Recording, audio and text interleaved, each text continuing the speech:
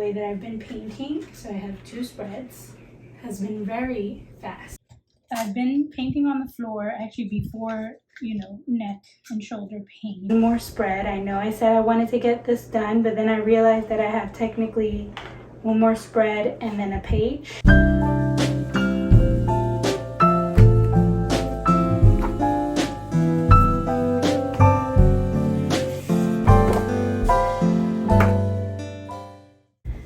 Hello everyone, welcome back to my channel. This is Kim, and I have a whole body of work. So behind me, I've been developing my body of work, and I've just been absolutely and totally immersed in landscapes, and this was the catalyst. So I painted this painting a while back. I actually have a YouTube video, and this was very impactful for me. I didn't realize that I love landscape paintings, I love plein air, I love bright colors.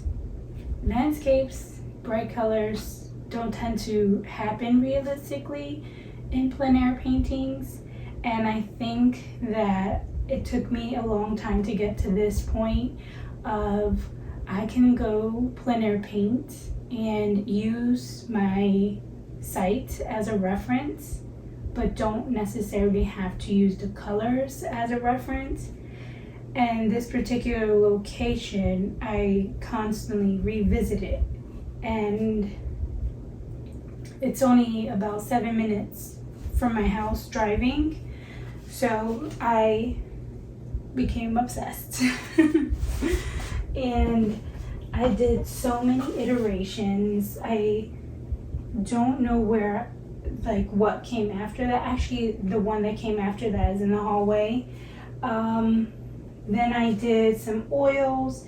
I did another oil, let that dry, painted over those with oil pastels, delve into some more abstracted landscape. So this one is called Cave, and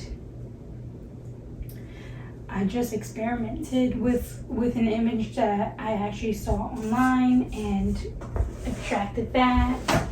And then I did a bunch of iterations of the smaller ones.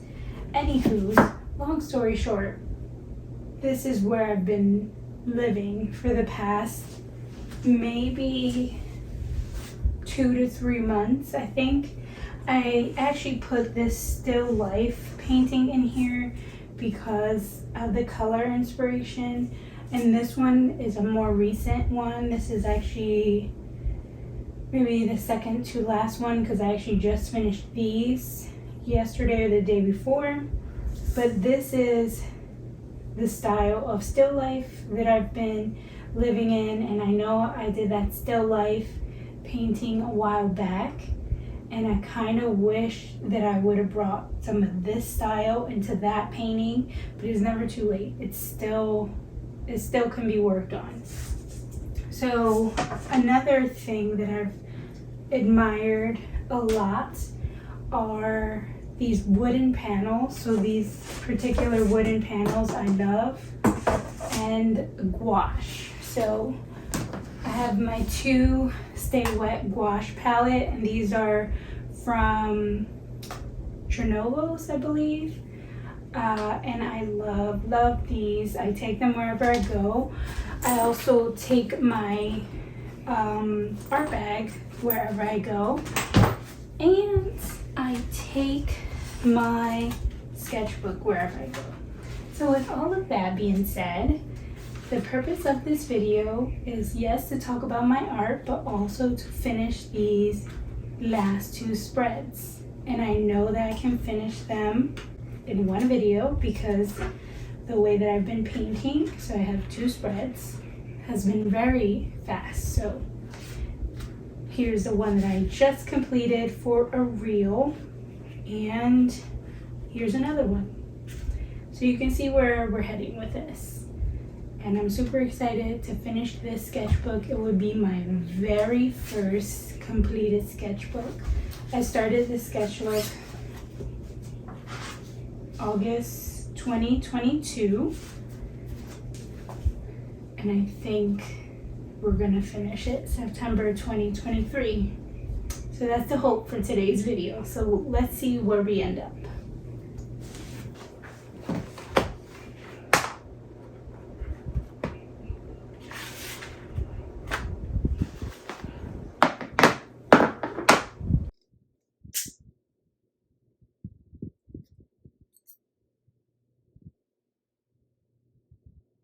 So these gouache palette are really good. I would say some minor issues that are probably like user error issues is that I'm getting like a sticky film around here. It could be because I take them with me in my book bag and they're tilted up, and probably some of the binder from the gouache is spilling out. Could be the reason that they're, getting sticky. But these are amazing.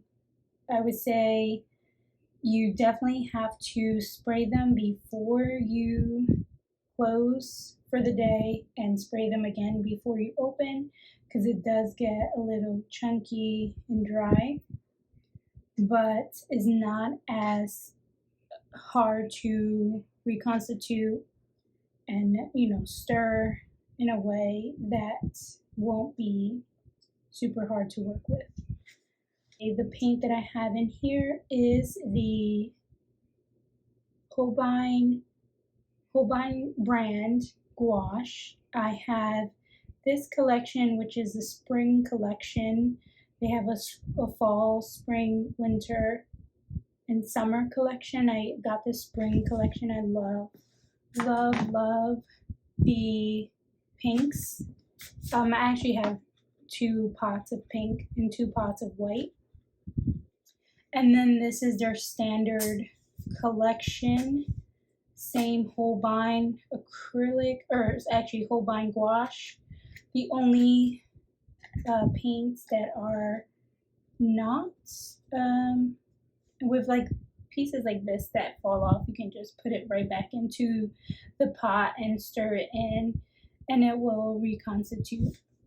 So with this one, this is all Holbein with the exception of these 3 colors. So the opal pink, this peach, and this is it this brown?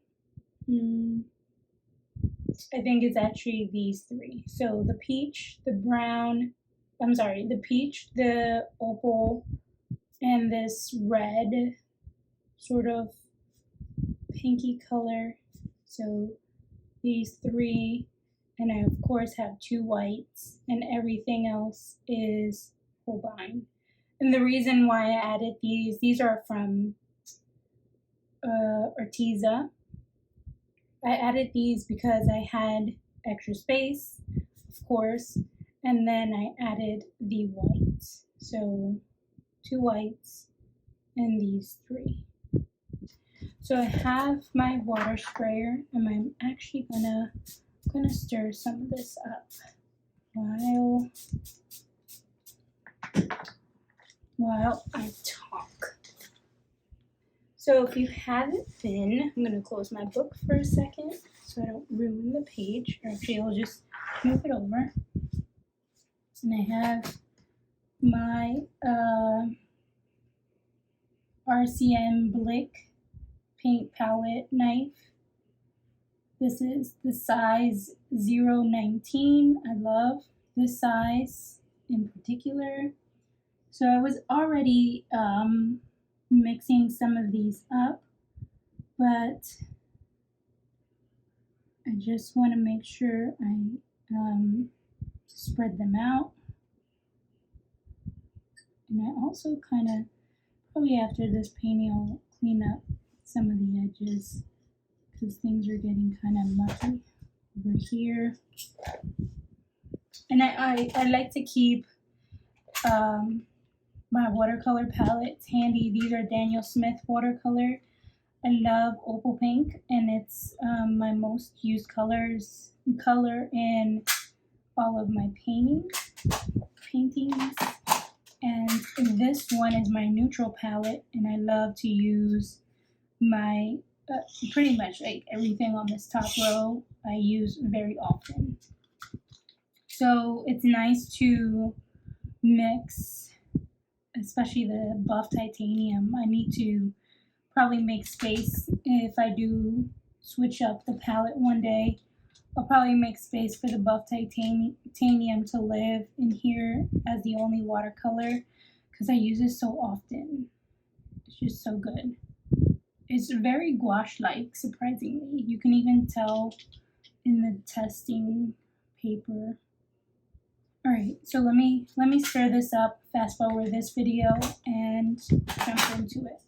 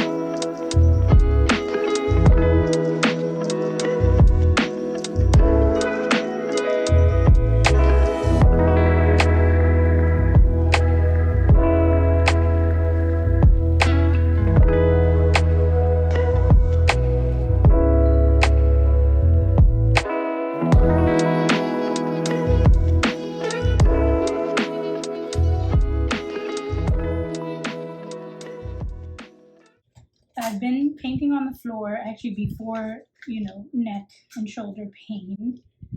And it's just so, it helps me to get closer, it helps me to get more personal.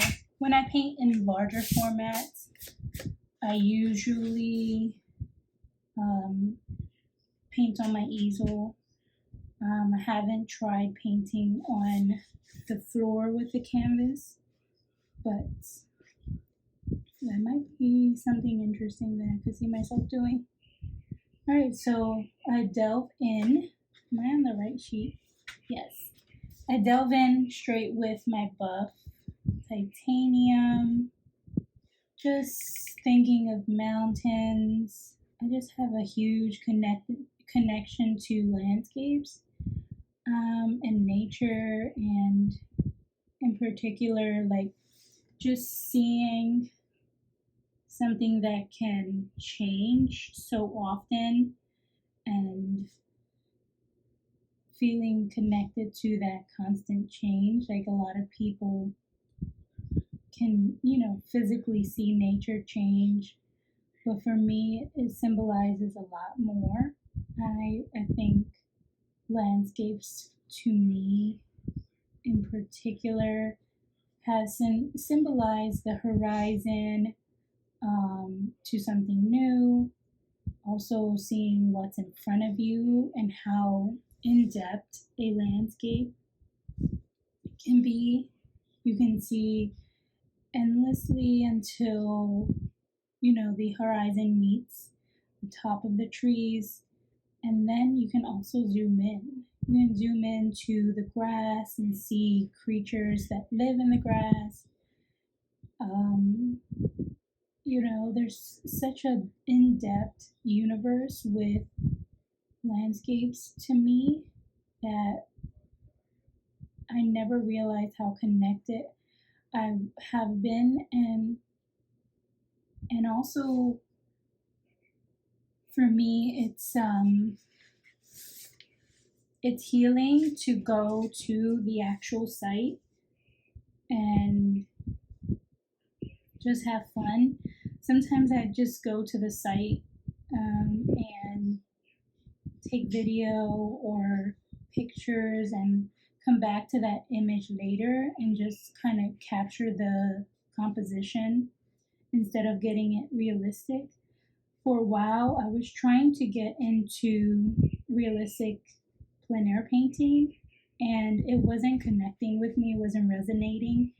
I was I've always been sort of a free flow sort of artist. I do, however, like to paint in watercolor some more representational style things like buildings, and I have done several pieces that have been very representational of landscapes, and it wasn't feeling, like I was there yet in a sense of finding my style. And I kept on going, kept practicing. It was originally with watercolor where I was finding myself with plein air and, figuring out if that was what I wanted to do in that style. And I think I wasn't resonating with the realistic aspects of things. Um, and when I created my solo show last year, maybe 2 years ago, I can't remember. Connection to Self is what it was called, and I remember having looking back at some of the photos, things seemed a little out of place in the show, with some pieces, I should say. Um, but I found an overarching theme of bright colors, landscapes, self portraits, abstracts, and other things that just kept coming up. And so this past year, I've been really diving in heavy on painting at least once a day, and the same theme kept coming up, and it just made sense. So I then painted that landscape painting that I mentioned earlier, and it clicked in my head that this is my style. This is my era of landscapes. I don't know if I'll be in this era for a long time or a short time, but I'm very much so into it at the moment. There's been several iterations of landscapes. I've even thought about working with um, an imagination of what it would be like if we took a section of a landscape, so sort of like I'm thinking architecturally, sort of cut the land as if it was a piece of cake and seeing the inside of that cake or landscape. And I've imagined it to be these sort of blocky, styled pieces of dirt inside. And I don't know where that's come from, but it's resonated with me and it's been fun. So I think for those that are still trying to find their style, just know that it takes a long time. And for me, I've been in different eras. So just know that you may feel like you don't have a style, like I felt last year, 2 years ago. I felt that I didn't have my unique style, and I didn't understand why. I've been painting for 10 years, but come to find out, I was just moving on to a new era. And I think that's important to remind other artists that there are times where you may feel that your style is changing and that you're kind of losing yourself. But I would say embrace that sense of change. I love change, unlike many other people. Change is scary, don't get me wrong, but I think it's important. It needs to happen because staying in the same spot forever is kind of dull. Some people enjoy staying in the same spot forever. I personally don't. I change my room around very often. I've changed studios. I change my socks every day. I mean, sometimes I wear multiple socks a day. So change is important. And I think finding that era that you're in, and I'm so thankful that I realized that it wasn't that I didn't have my style, it was more so that I didn't have the era that I was in, and realizing that sooner than later helped me to create this huge body of work. So I'm gonna stop chatting here and gonna fast forward the video and see where we land with this one. This one's interesting, much more different than this one and then this one. So, all right, so let's dive into this and I will be back.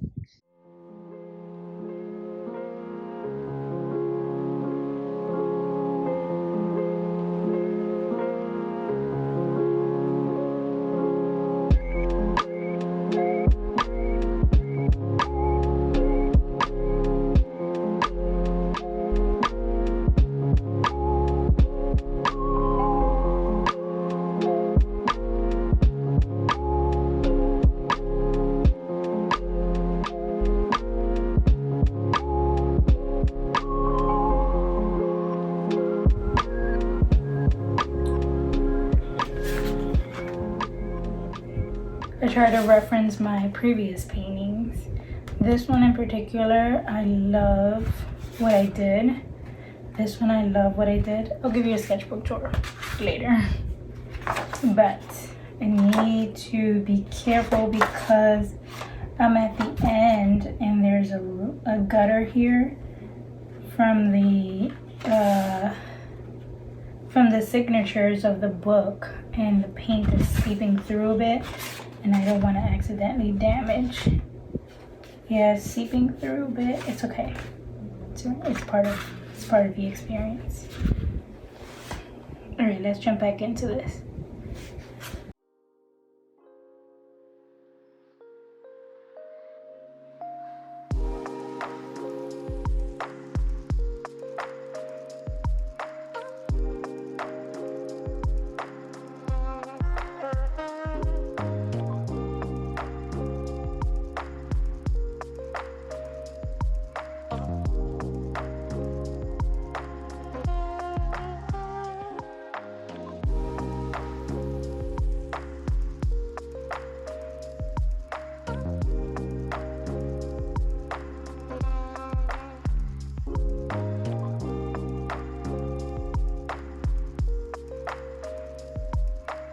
All right, we're done our spread. So here's my intuitive landscape, and I've really enjoyed the color selection. I've been loving using opal pink. However, I love that the two opals that I have, so I have the Arteza opal pink, which is very different than the Holbein opal, and I ordered the Holbein thinking that the quality would be different, but in actuality the Arteza is just as good. So if you're looking for a low budget gouache, you can definitely check out the Arteza. Worth it. Holbein is much more expensive, but of course really great. So yeah, you can see the difference between the pinks, and I really love it. Of course, there's a couple mixed in colors, but here is the Holbein and here's the Arteza, and you can see the drastic difference between those. I was feeling this was a sort of bright, sunset-y, maybe 5 to 6 o'clock, sun is about to set kind of mood, with the pink clouds and some of the dirt.